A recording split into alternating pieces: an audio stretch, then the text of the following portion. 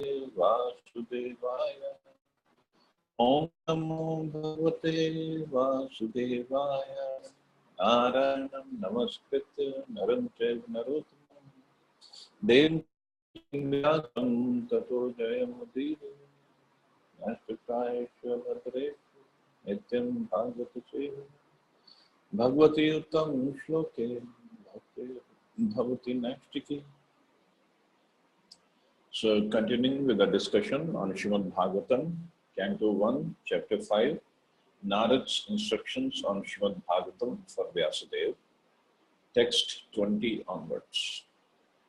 Idam hi vishvam bhagwan evetaro yato jat sthana nirodha taddi swayam ved bhavans tathapite pradesh matram bhavata pradarshitam. The Supreme Lord, personality of Godhead, is himself this cosmos, and still he is aloof from it. From him only has this cosmic manifestation emanated. In him it rests, and unto him it enters after annihilation. Your good self knows all about this. I have given on the synopsis. So Narada Muni is telling Vyasa Dev more about Supreme Lord. In previous verses also he talked about the Supreme Lord. Now he's saying, so all rests in him and enters him after annihilation. Means he is the complete controller, coordinator, writer, station. And here the word used for Krishna, or well, not here it is used, but in the purport proper uses, Mukunda. Mukunda means one who gives liberation. Mukti dadata iti Mukunda. So, for a pure devotee, the conception of Mukunda, Lord Shri Krishna, is both personal and impersonal. Why impersonal? Because we all talk about no, Krishna is not Nirakar, Krishna has Akar. Impersonal means the impersonal cosmic situation is also Mukunda because it is an emanation of the energy of Mukunda. Means this the what we see as an energy or the cosmic manifestation or this whole creation, that's also coming from Mukunda, that's also coming from Krishna. But he has a form also. Prabhupada gives a nice example. For example, a tree is a complete unit, whereas the leaves and branches of the tree are emanated parts and parcels of the tree. The leaves and branches of the tree are also the tree, but the tree itself is neither the leaf nor the branches. Little difficult to understand. Let's see how it works. Prabhupada is saying, tree has so many parts, leaves, branches, fruits, flowers, twigs, sub-branches, all those parts are there. So leaves and branches, they're also called tree, but the tree is not only leaves and branches, it is parts of it. The tree as a whole is a tree. So the version, the whole cosmic creation is nothing but Brahman. Since everything is emanated from the Supreme Brahman, nothing is apart. See, everything is coming from Supreme Brahman, from him, but everything is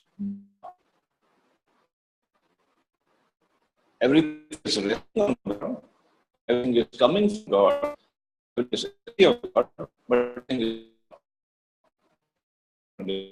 that's right. Prabhupada gives another example. Hands and body. But the body as a whole is neither the hands nor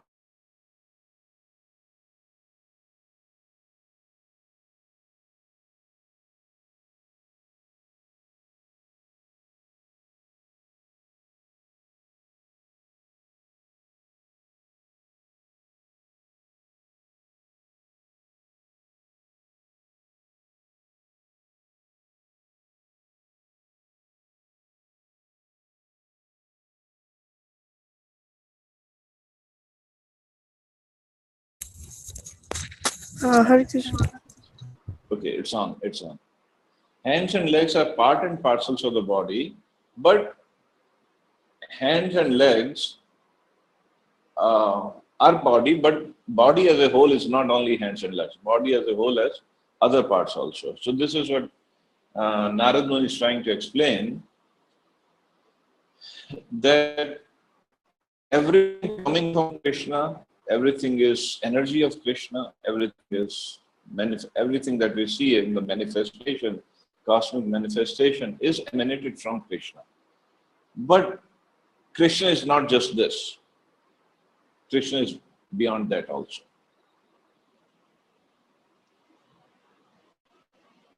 Most of the people, they only want to worship the energy form, or they want to recognize only the energy form of Krishna. But there's a person behind it also. Of course, Prabhupada gave long purport on this one.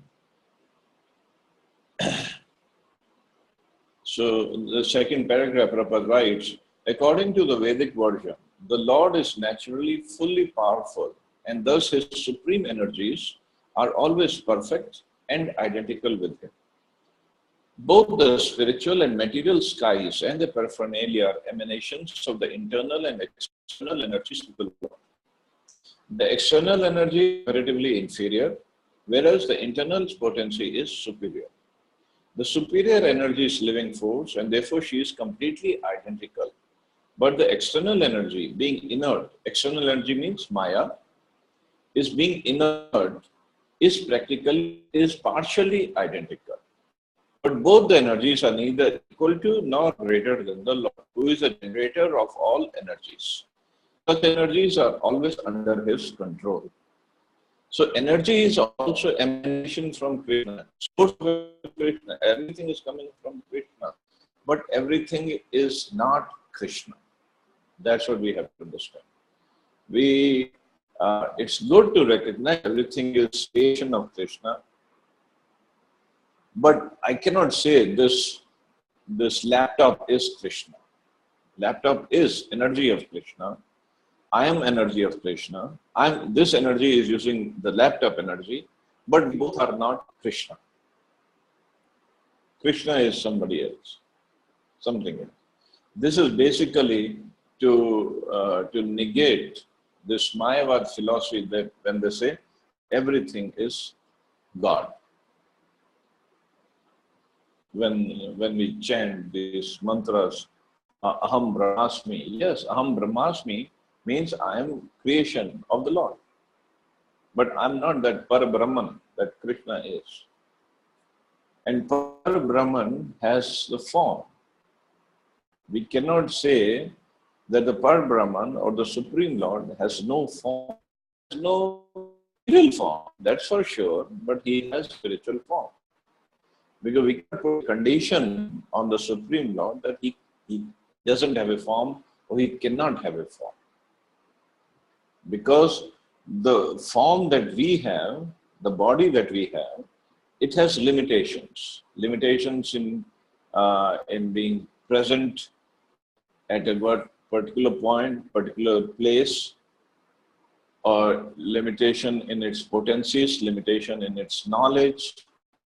But Krishna does not have those limitations that we have.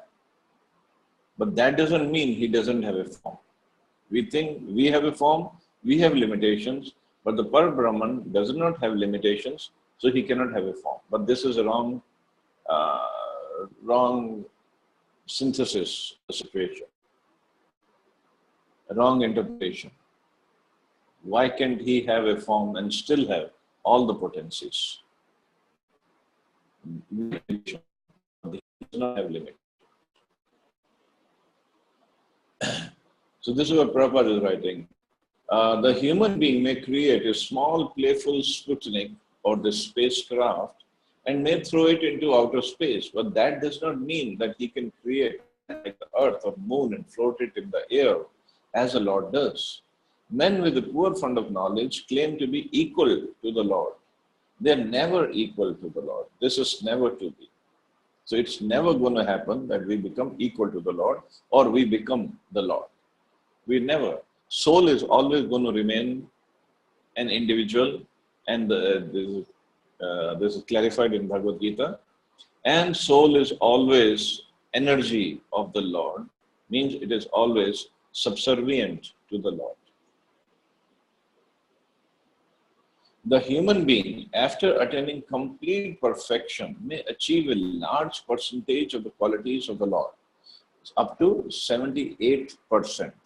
So this is our limitation. We can only go up to 78% of the qualities of the Lord if we achieve complete perfection. So 78% of 64 comes to 50 qualities. So we can have 50 qualities only. But it is never possible to surpass the Lord or to become equal with Him. That's why Krishna is called, another name of Krishna is Asamordhava. Asam or Urdhva. Means you cannot be equal to Him, or nobody can be equal to Him, and nobody can surpass Him.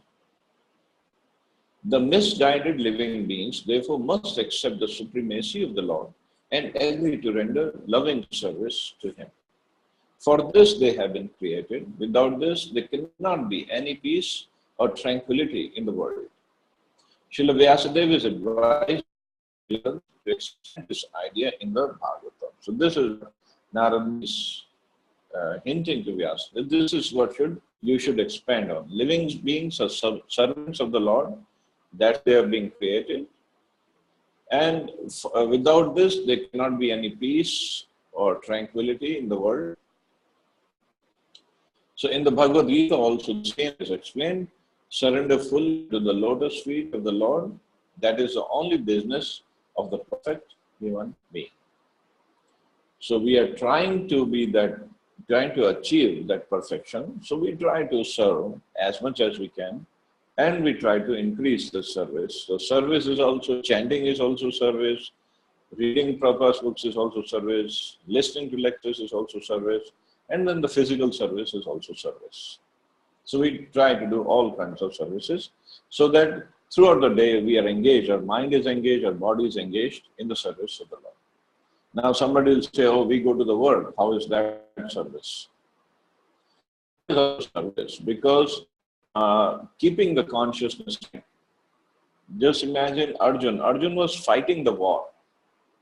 And Krishna, before the war started, in the Bhagavad Gita, Arjun was given this knowledge, and Krishna says, I'm giving you this knowledge because you are my devotee and you're my friend, and you're non-envious of me.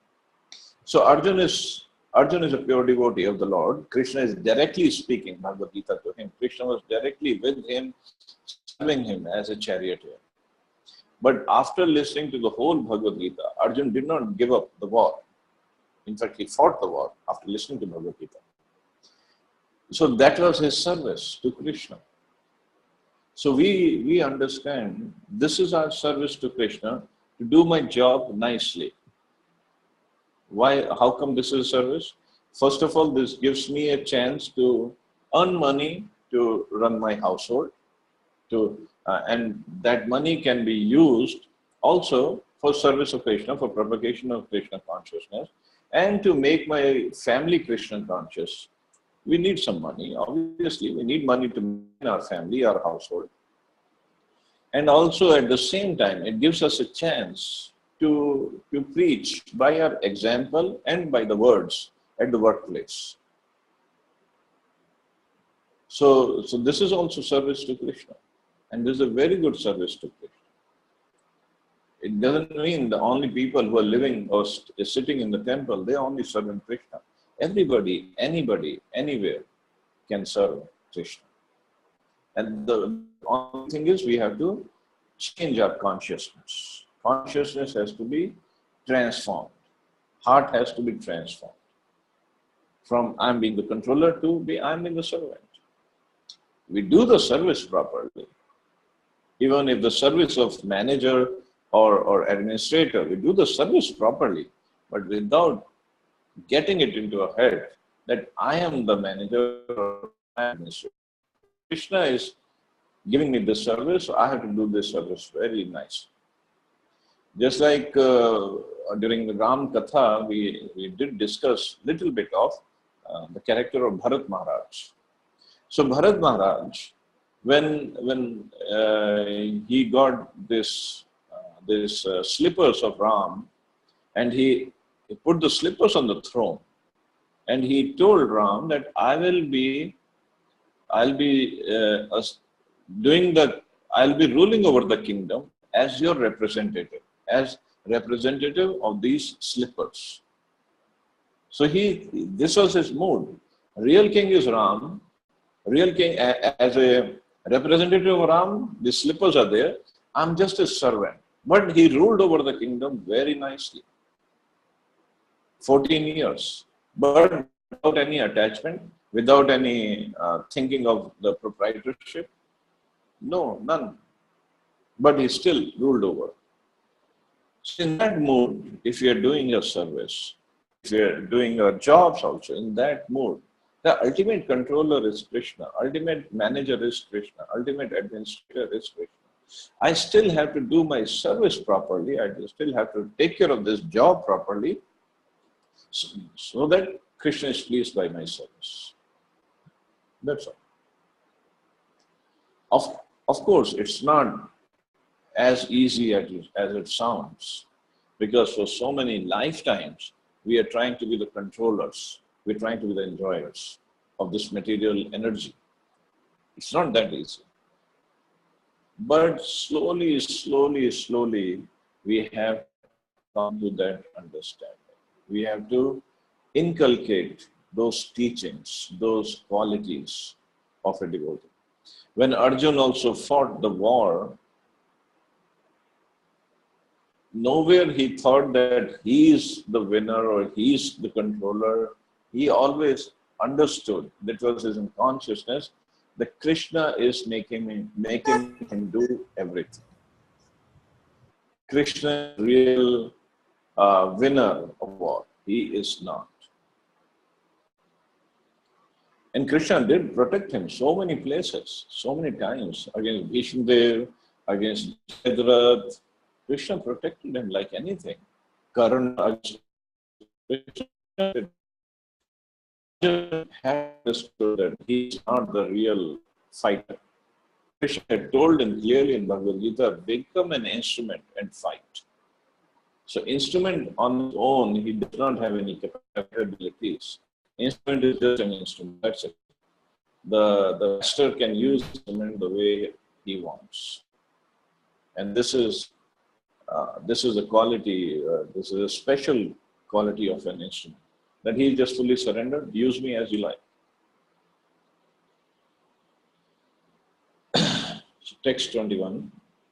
Tum atmanatmanam ve mogdre kunsa parmatmanam ajam prajatam jagata shivaya mahanu bhavabhyu dayo adhiganyatam. Your goodness is perfect vision. Yourself can know the Supreme Personality of Godhead because you are present as a plenary portion of the Lord. Although you are birthless, you have appeared on this earth for the well-being of all people. Please therefore describe the transcendental pastime of the Supreme Personality of Lord Krishna more vividly. So ultimate instruction is coming. And look at the position of Vyasa Dev. Narada Muni, who is the Shaktivesh avatar, he is telling Vyasa Dev, you're a plenary portion of the Lord. Means you're at the same level. You're incarnation of the Lord. And just see, incarnation of the Lord is accepting a jiva. Of course, Narada is not jiva. He comes in Jiva Tattva category. That he is accepting Narada Muni as his guru. Similarly, when Krishna appeared, he accepted Sandipni Muni as his guru. Lord Ram appeared, he accepted Vishwamitra Muni as his guru. Chaitanya Mahaprabhu appeared, he accepted Ishwar Puri as his guru. So they can accept a jiva as a guru, but the jiva has to be very much qualified. But at the same time, to show to the world, set an example to the world, that you have to accept a bona fide guru to make progress any path, especially on the bhakti. You have to accept a bona fide guru. In the purport, the plenary portion, incarnation of the personality of Godhead, Sri Krishna. He descended by his causeless mercy to deliver the fallen souls in the material world. The fallen and forgotten souls are detached from the transcendental, living in peace apart from God, and the eternally righteous of the Lord. Eternally right. Eternal means no beginning, no end. We all are servants of eternity. We are therefore are put into static the benefit of the fallen souls and due to the fallen souls.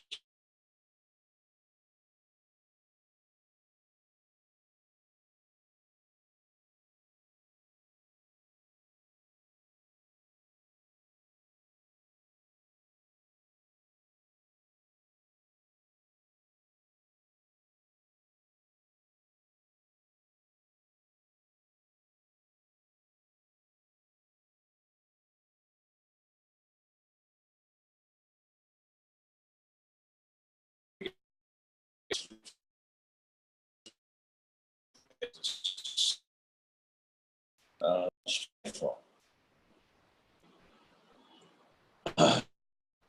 Although formally Shri Narada is a spiritual master, Vyasa Dev is not at all dependent on a spiritual master, because in essence he is the spiritual master of everyone else.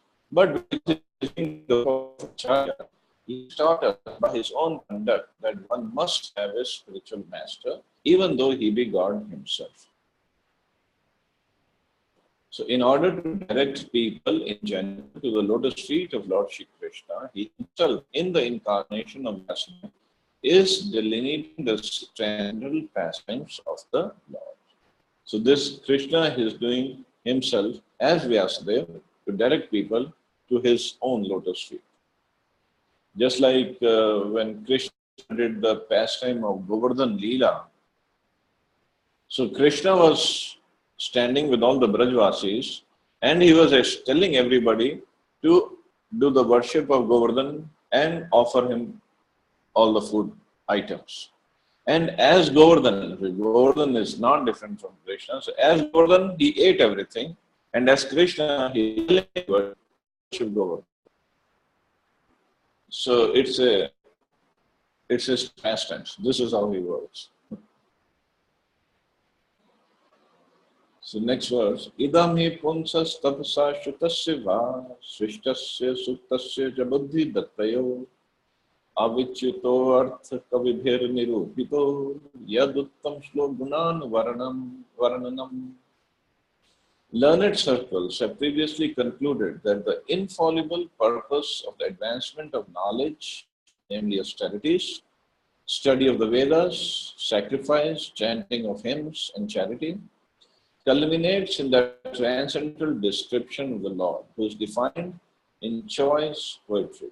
So the culmination of everything, all activities, whether it's knowledge, austerities, Vedic study, sacrifices, chanting of hymns, charity, is the culmination or the perfection is transcendental description of the Lord and his pastimes. So that is a perfection of everything. We also read the shloka earlier that tapsa, the japa, the culmination japa is Vasudev, culmination tapa is Vasudev, culmination jnana is Vasudev, culmination of dana is Vasudev. Everything. Ultimately, it has to be Vasudev and unto Vasudev. Again, it's a long purport and we are running out of time, so I'll just read the last lines. So Prabhupada is saying, science, philosophy, not any charity, sacrifice, Gita also the same is affirmed. All knowledge not engaged in the service of the Lord is nothing but nescience or ignorance. A real utilization of advanced knowledge is to establish the glories of the Lord And that is a real import. Scientific knowledge, engaged in the service of the Lord, and all similar activities are all factually Hari Kirtan or glorification of the Lord. So Hari Kirtan is not only when we chant Hare Krishna, of course that is also Hari Kirtan, but it's scientific knowledge in the service of God. That's also Hari Kirtan. So when Srila Prabhupada, in his last days, he was in Vrindavan, and one of the disciples, who was a scientist, Bhakti Swarup Damodar Maharaj, he had arranged a scientific meeting of Vrindavan. So scientists from all over the world had come there, and they had different scientific papers that were being presented. Every evening he come and report to Prabhupada what happened today, which scientific what. And Prabhupada was on the bed. Literally, he had to move out of the bed. He was so weak. And he was going to leave his body very soon. And Prabhupada would very enthusiastically hear what Bhakti Swarup Damodar Maharaj had to say. And he would tell him what he should reply in return to correct that scientist, actual, what is a real understanding scripturally. Tamal Krishna Maharaj was there because he was a servant of Prabhupada, of Prabhupada. He saw those and he was losing his head when discussing all these scientific topics with Bhakti Swarup Damodar Maharaj. So Tamal Krishna Maharaj suggested Prabhupada should be some kirtan. He thought maybe if some devotee comes, chants nicely Hare Krishna Mahamantra, Prabhupada could calm down and take some rest. Prabhupada chastised him. Prabhupada said, you don't know what's the meaning of kirtan. This is kirtan for me when I'm discussing this scientific knowledge or scientific points with Bhakti Swarup Damodar Maharaj. So that is also kirtan. Kirtan, of course, that is also kirtan when we are singing and chanting Hare Krishna Mahamantra. That's also kirtan. This is also kirtan when somebody is using the scientific knowledge in the service of the Lord. So we'll stop here. See if anybody has any questions or comments.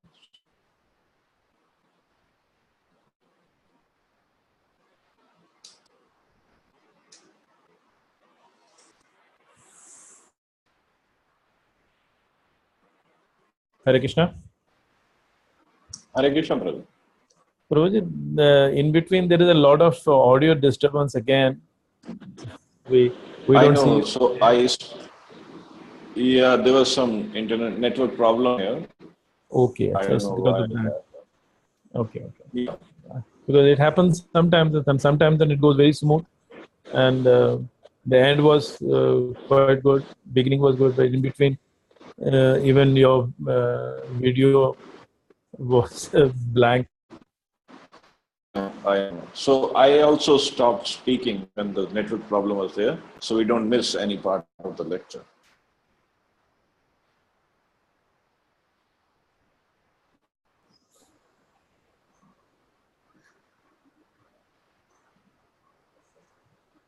So any other question or comment?